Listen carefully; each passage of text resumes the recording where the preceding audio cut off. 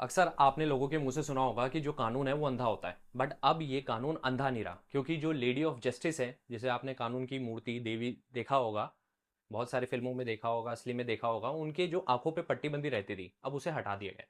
देखो, जो पहले स्टैच्यू था ना लेडी ऑफ जस्टिस का, उसमें क्या होता था कि आंखों पे पट्टी बंदी रहती थी, एक हाथ में सोड यानी तलवार रहती थी और दूसरे हाथ में तराजू। तराजू तो अभी भी है, बट जो दूसरे हाथ में कॉन्स्टिट्यूशन है, यानी अब तलवार की जगह वो बुक पकड़े हुए हैं। और तीसरा जो चेंज है कि आंखों पे से पट्टी हटा दी गई है, यानी ब्लाइंड फुट हटा दिया। बट ऐसा किया क्यों? ये स्टेप है टुवर्ड्स डीकोलोनाइजिंग।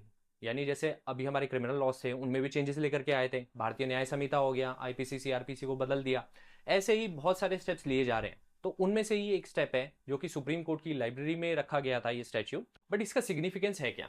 देखो, हम जो जस्टिस की बात करते हैं, वो जो लेडी ऑफ जस्टिस है, ये कॉन्सेप्ट आते हैं हमारे ग्रीक और इजिप्शियन से। देखो, ग्रीक की बात करूं, ग्रीक गॉडेस है एक थीमिस, वो लॉ एंड ऑर्डर की है, ठीक है। उसके बाद इजिप्ट की बात करूं तो उसमें मात है। और जो डायरेक्ट कंपैरिजन है इंडिया का, वो किया जाता है रोमन गॉडेस से, जो कि जस्टिस की हैं, उन्हें कहते हैं जस्टिशिया।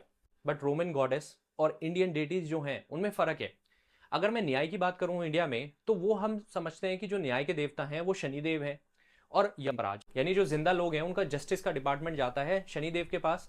और आफ्टर डेथ, यानी डेथ हो जाती है, वो जाता है डिपार्टमेंट यमराज के पास। अगर मैं भारत की न्याय की बात करूं तो इस टाइम पे वो लेडी ऑफ जस्टिस है, स्टैच्यू जो बना हुआ है।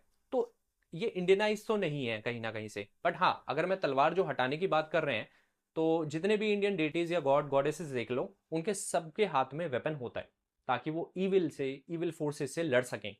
अच्छा, ये जो आंखों पे पट्टी बांधी जाती थी, जो ब्लाइंड फोल्ड था, ये क्यों होता था?